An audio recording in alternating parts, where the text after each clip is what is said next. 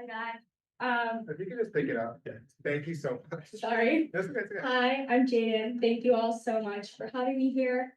I'm a junior and I just have something to say about October 7th. On October 7th, 2023, the Jewish people experienced the deadliest day since the Holocaust. In a singular morning, over 1,200 Israelis and citizens of more than 40 countries were murdered, with more than 250 people taken hostage and entire families wiped out by Hamas terrorists. These were not soldiers, they were babies, parents, grandparents, and young people at a music festival, people who were in their homes and simply living their lives. For Jewish and Israeli students at Michigan, October 7th is not just a date on a calendar. It's a wound that has not healed. Many of us still wake up to images of people our age, just like us, who are students, musicians, and athletes who were kidnapped or killed or even raped. It's impossible to separate that pain from our lives here, as many of us personally know people that were killed on this day. Since that day, Jewish students on this campus have felt something we've never felt before: fear. Fear of showing our identity, fear of being shouted down or isolated for caring about our community. Posters showing missing hostages, people still trapped in Gaza are being torn down hours after they're put up. We're not here to argue or debate. We're just here to remind everyone that October 7th was a day of terror, of unimaginable loss, and of trauma that still affects students right here on this campus every single day. We carry it with us in silence and in the way that we walk across the diag, in the way we check who's around if we're mentioning Israel in classroom, and in the way we wonder who will understand our pain. All we ask is for that pain to be recognized, not politicized, not debated, just seen for what it is in human grief. Thank you. Hi everyone. Thank you for having us. I'm Eva, and I'm here with my co-worker Faith. We are from Wolverine Wellness. We are working as a gambling prevention program assistant, and Erin reached out to us about some concerns about gambling on campus, and I know you guys passed and made a task force, so we're excited to see where that goes. But we just wanted to kind of share our efforts that we started, and we all email about attending focus groups so that we can have a space where students can talk. We've just seen a rise in gambling problems, especially when students come in for support for alcohol and drug use at Wolverine Wellness. So we wanted to kind of address this on campus for all the students. So that's what we're taking initiative. And yeah, Faith, if you want to say something else. Yes. So the core issue is that obviously in Michigan, there has been a rapid expansion of sports betting because of its legalization in 2018. The key impacts that it has on students is increased financial stress, academic disruption, mental health crisis among students. Also, there is some risk of student athlete harassment, and sports betting is normalized, and that is a form of gambling, and that is because of aggressive mobile advertising. So because of that, Wolverine Wellness has developed a comprehensive prevention strategy that includes a campaign and workshops that will include a campaign and workshops. We have got NCPG grant funding for that. So that is planning to be launched in the winter of 2026. We do have a guest speaker coming up November 17th. And I can also share a slide deck that has the media literacy for students, like advertisement and how that can be a pitfall for students. So if you guys want any more information, I can leave my email in the chat below too. Thank you for listening. Thank you. Any questions for the speakers? Yeah, saying none. We'll move on to our next speaker, Kayla.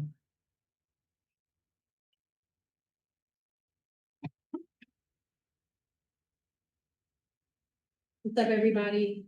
My name is Kayla. I work with 424, a grassroots education justice organization, and we're part of a statewide coalition for the Invest in My Kids campaign, a statewide education justice ballot initiative to finally make Michigan's ultra wealthy residents and corporations pay their fair share, so we can raise billions for public schools.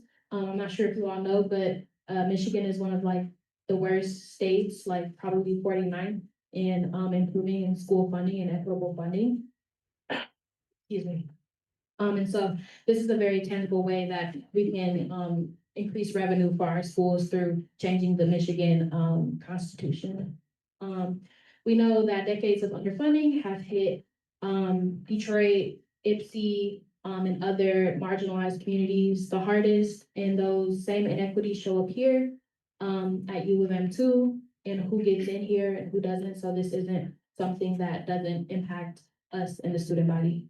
Students have always been at the forefront of movements for justice, and I think this is one of those moments. And so I wanted to ask, would CSG consider introducing or sponsoring a resolution in support of fair and adequate school funding, naming the Invest in My Kids initiative as aligned with student values, or at least help host an educational session about it. I know there's limitations of sponsoring different political things, but you know, I'm not fully abreast in y'all's rules. You can tell me better than I can.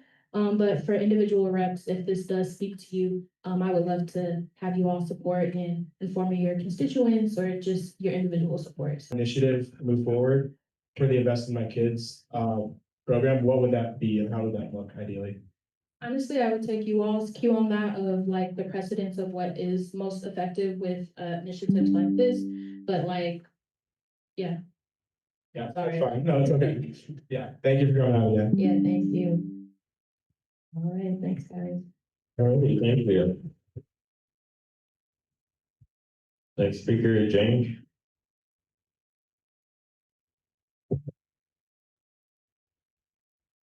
Hi, my name is Jane. I'm a sophomore here at Michigan. I also just wanted to share about my thoughts of October 7th. When I think about October 7th, I think about waking up that morning and seeing the news. Videos of attacks, of kidnappings, of people my age being murdered at a music festival, meant for happiness and celebration. I think about calling my family, my friends in Israel, waiting for replies that didn't come for hours. I think about realizing for the first time that Jews around the world were watching history repeat itself. Hatred, violence, and silence. Here on campus, it felt like the world kept spinning, but ours stopped. We were grieving, but we couldn't show it. We were scared, but we didn't know if anyone else would care. And we still do not know if anyone cares. October 7th wasn't just an attack on Israel, it was an attack on Jews everywhere. The fear created didn't end at the border. It followed us into classrooms, into student group chats, and into our daily lives. Many Jewish students began to feel that being open about who we are, wearing a Jewish star, talking about our heritage, or even mentioning family in Israel might make us a target. I'm not here to debate anyone. I'm not here to make demands. I'm here to share what it has been like to be a student who lost friends, who checks social media every morning hoping for good news about hostages, and who wonders how the world moved on so fast. We want people to understand that October 7th is not a political talking point. It is a tragedy that left our community broken and afraid. And that fear, that grief, still lives here on this campus every single day.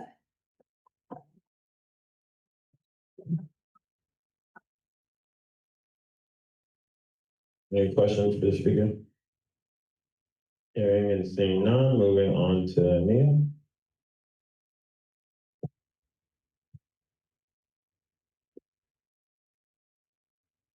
Hi, my name is Mia. I'm a junior, and I also want to share a little bit about the Jewish experience post-October 7th.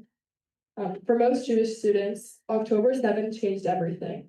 That morning, we watched videos and news of entire communities in Israel destroyed, neighborhoods burned, people slaughtered, hundreds taken hostage. We felt shock, horror, and heartbreak. And then, as the days went on, many of us felt isolation. When we came to the University of Michigan, we believed this was the place where empathy and inclusion extended to everyone. And we soon noticed that the pain of Jewish students was dismissed and ignored. After October 7th, we saw rallies celebrating what had happened and shouting "Glory to our martyrs," which honored the Hamas terrorists who took over 1,200 lives. We saw people call it resistance, Seeing people march on the streets of Ann Arbor wearing the same scarves and hoods that Hamas terrorists wore on October 7th leaves a pit in our stomachs that makes us fearful on our own campus. To personalize this for most of us here, imagine if Japan had a celebration for the attack on Pearl Harbor, or imagine if Germans still celebrated the atrocities of the Holocaust. Only this attack on Israel is being honored, celebrated, and worst of all, accepted. Many of us have felt unsafe expressing our identity since then. We've heard slurs whispered on the way to class. We've seen Jewish student organizations and events disrupted. Some of us have stopped wearing our Jewish star necklace, and others have chosen not to speak at all. This isn't about politics. It's about the fact that a terrorist attack, one of the most horrific in our lifetime, has left thousands of Jewish students feeling scared and unseen. We don't expect everyone to agree on global issues, but we do hope that our peers understand that for Jewish students, October 7th is not a headline, it's deeply personal.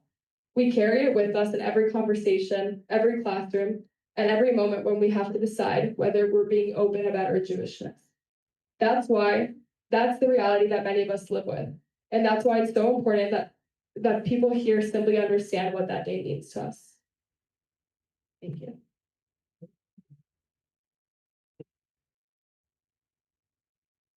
Any questions for our speaker? Hearing and seeing none, we can move to our last speaker, Mr. Fioritto. I'll take it. Kind of like, yes. Thank you.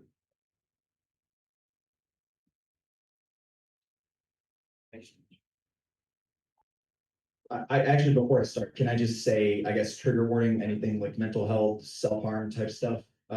This is, well, it's gonna be dark, but I think it's an important thing to say. So like, if you are sensitive to any of that stuff, I'd recommend stepping out, or if you're on Zoom, muting, if that's okay. We all good? Oh, cool. So I'm Tyler Fioritto. I think everybody who goes to CSG meetings knows who I am by now. And I'm not even going to get into that because this topic's a little more serious than that. It's about bereavement leave and how we don't have one here unless you have a union to protect you. And obviously, as a student, we don't really have a union if you're not an employee. So literally yesterday, I got a text from a friend that one of their parents had taken their own life. And that's one thing to digest in and of itself. But the second text I got from them was, how am I going to persuade my instructors to recognize this? Not kidding. That is an insane thing to be going through someone's head when their parents do something like that, or any family member or friend. And I can tell you this much, it is not an isolated incident. This has been happening for years. I've been on this campus as a student since 2019, been in Ann Arbor my whole life. Every single decision, whether it's health related, disability related, grief related, even avoiding somebody in class who has been abusive or maybe done things that make you uncomfortable around them. Every single time there is a discussion of how do I convince my professors or class or department to recognize my bereavement leave. And I had some people tell me online, because I did some feelers out there, that, oh yeah, no, everybody accepts it. Really? That's news to me as somebody who went through the worst of times in 2019 and 2020 when I was diagnosed with 2 chronic health conditions. And I had professors basically tell me that it's not an excuse. And it'd be unfair to take an incomplete online class. And I'm fortunate enough to not experience bereavement leave or wanting bereavement leave myself for an immediate family member, but I've seen this every single year. Every single year. This happens over and over and over again. And yes, the vast majority of professors are nice, but all it takes is one professor who doesn't like you or doesn't care. And now, not only are you grieving of an unspeakable loss, but you also have to figure out how to ensure that your grades don't go down. And that is absurd. That is absurd. And this does not happen in many other Big Ten universities and other universities, even in the MAC. We're supposed to be the University of Michigan, leaders in the best. We don't have bereavement leave. We don't take people with disabilities seriously enough. Leaders and the best. What are we doing? And this, honestly, I was more angry yesterday when I got that text. And I was just in a rock and hard place because now I had to figure out how to console my friend while being this upset at something like this being so normal. Dozens of times that I know about, probably hundreds more. And it needs to end. And I know CSG has passed 3 declarative resolutions. I'm not blaming CSG about like not being able to control it because they don't control bereavement leave. But at some point, this has to stop because it is re-traumatizing people and showing them that their pain is almost transactional to their degree and their financial resources.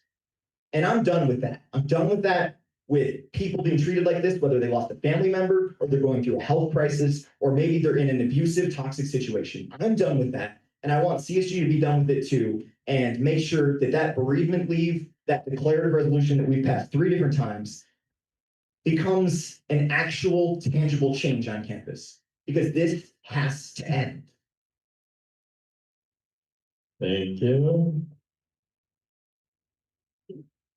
Because I will say thank you, Mr. Fioritto. I will as well say that, can we please refrain if there's any live stream that's happening? We do already have that within the Zoom. I'm not sure if there's another live stream that's happening or anything that's happening within recording people, but I just want to make sure that we refrain from that because the Zoom already does that. That being said, Chair Kina and then President Bill. Hello, I completely agree with you. And as the person that passed those declarative resolutions and wrote them, I'm happy to inform you that a lot of progress has been made for the past 2 or 3 years. I've been meeting on a regular basis with Wolverine Wellness and other leaders on campus to write it. It has been written. The regents have seen it, and as well as the other vice presidents. Last I heard, and I know Eric will be more up to date on this than I, it was going in front of Ono, but then, he quit. So Kind of. there has been a lot of movement here, and I've been working very hard on it. And then I know Eric has more to add on where it is since he has been gone. I'm happy to hear that. Thank you so much. Obviously, I don't take any of that work for granted at all. I just, I think my natural state is more of a. Thank you, Mr. President. And you there. Oh, sorry, President that was a Bill. question. Yeah, this is the statement. So just to take it from where Chair Kina left off at, we met with the chief health officer as well as wellness about this. We have then talked to the provost about it, because that's whose office it then goes to. So it'll be not as much a policy, but a guideline for schools to follow. Because we understand that each school is different. Different pre-professional programs have certain requirements though that would make, a standardized curriculum policy across the entire university not really possible, but as a guideline for it to take place. And so it has went to the provost office, it then went to front of the deans, it went back to chief health officer towards some revisions, and now it's going to go back to the deans. And then Lucas and I, this is the first time in CSG history, and I'll talk more about this in our report tonight, that we are going to do a roundtable with all the deans across the institution, and that's one thing we're going to talk about is the bereavement policy and how that looks, and how that really will support all students. So that's kind of the movement where we are right now. So it is back at the deans right now, and we're hoping that that will be something that we'll be able to get done moving forward. Thank you. That being said, are there any other questions for the speaker? Hearing and seeing none, thank you for all the community speakers. We are moving forward on the agenda. Let's do a round of applause for everyone that came in. That being said, we have now reached reports. There are about 45 minutes that are allocated for this. For any invited guests and speakers, we have 5 minutes for the committee reports to be delivered by the chair or the vice chair or any permanent member. And then we have 5 minutes for the executive and the speaker report, as well as 5 minutes for Q&A, and 3 minutes for any member report, as well as any minority report, 3 minutes for Q&A. With that being said, we can start off with Madam Chair Kina. Do you wish to give a verbal report? Yes, just keeping it brief. All of our resolutions are in business, so take a look at the notes there. We have a new intern. She's not with us today, but she will be there at our next meeting, so come meet her. And we are planning our resolution workshop for the first week of November, so you guys can all come. Okay, any questions for Chair Keenan? Hearing and seeing none, we'll move forward on the agenda to the finance report. Madam Chair Bureau, do you wish to give a verbal report? Nothing to add to the written report, Mr. Speaker. All right, with that being said, are there any questions for Chair Rivera?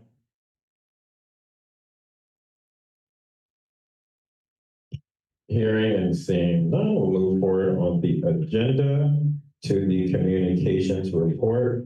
Chair Kelly, would you like to give a verbal report?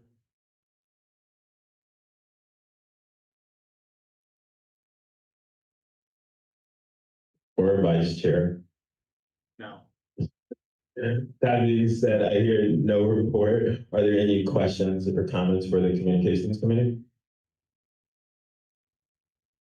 Hearing and seeing none, we'll move to the resolutions committee. Chair Levine, would you like to give a verbal report? I have nothing to add to the report about the business from our meeting on Sunday, but this is the final reminder because we're not going to be meeting next week as an assembly. The resolutions committee will have its workshop on October 20th in Haven Hall. You guys are all invited, more than welcome to stop by and help out and hear the concerns from the community. If you have any questions, DM me on Slack or find me after the meeting and I'll toss you my phone number. But yeah, final reminder, resolutions workshop. And that's it. Thank you, Mr. Speaker. Are there any questions for Chair Levine? Seeing and hearing none, we will move forward to the SOC report, which is just written for tonight. I'll give like 1 minute, click on it. Please, please. I don't see any clicks. Oh my goodness, Ethan, Angelica. So many clicks. So many clicks.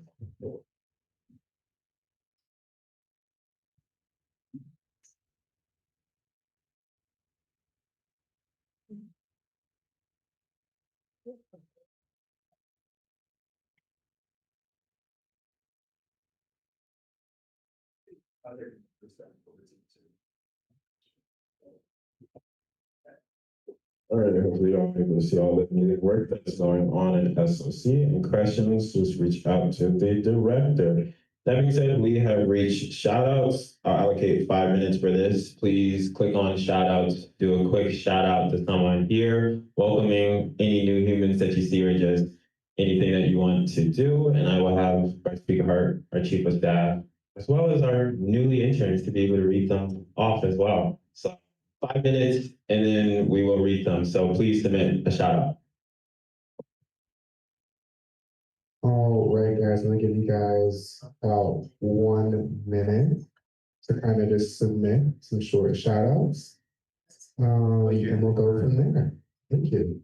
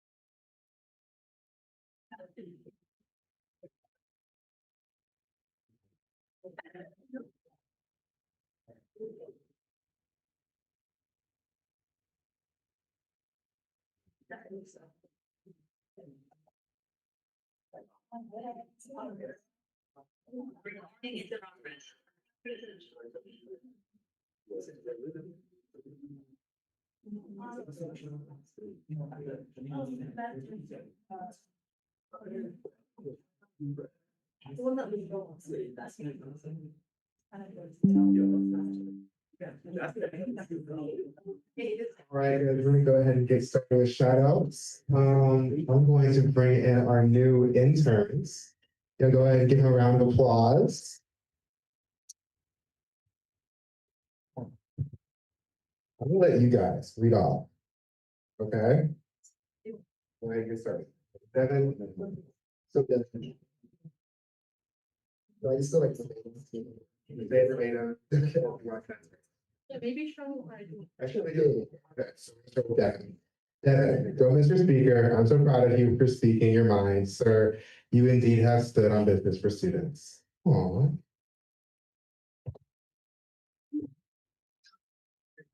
D Woody.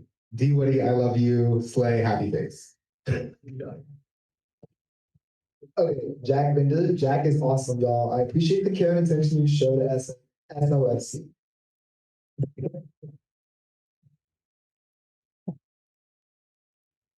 Speaker, I just want to take a second to appreciate Speaker Devin, how you've been holding it down as Speaker lately. I know things haven't been easy with everything going on, but you've shown so much patience, thoughtfulness, and heart in the way that you lead us. You are so good at your job and listening to people even when it's tough and reminding us why we're here. To make things better for students, it doesn't go unnoticed. Great for the work that you're doing and the calm you bring when things can be a lot.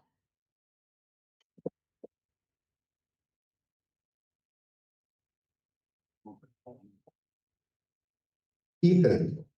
Ethan Q. That was it? That was it. Yeah. That was the shout. Eric, W. Perez, miss you.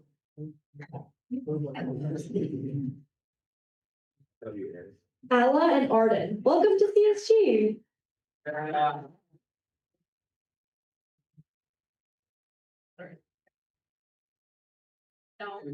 I didn't click on the SOC report, but you were the man, Devin. We all love you.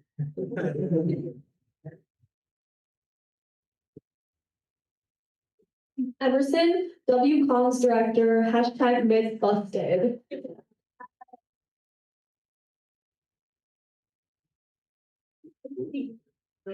To Mailing and Summit, pouring your hearts into the RISE Task Force for immigrant students. People like you are the fire and CSG's hearts.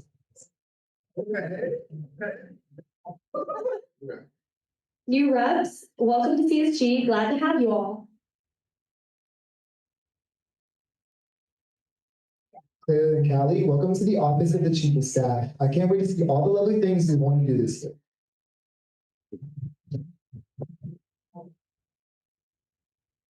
Jessica, Sean Shelbrock, building connections with different communities. That's what CSG is all about.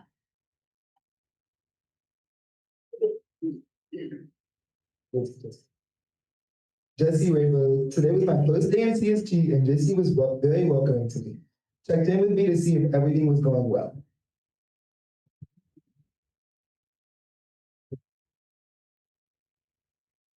Arden, shout out to our new med school rep and congrats on your appointment. That is the end of shout outs. Thank you guys so much. All did a great. Give them a round of applause one more time. Thank you guys so much. Very well. Speaker. Awesome. Thank you all. Wonderful shout outs. That being said, we are moving forward to the agenda with the executive report. Chief of Staff Bedell, would you like to start off? Yes, thank you, Mr. Speaker. Hi, everybody.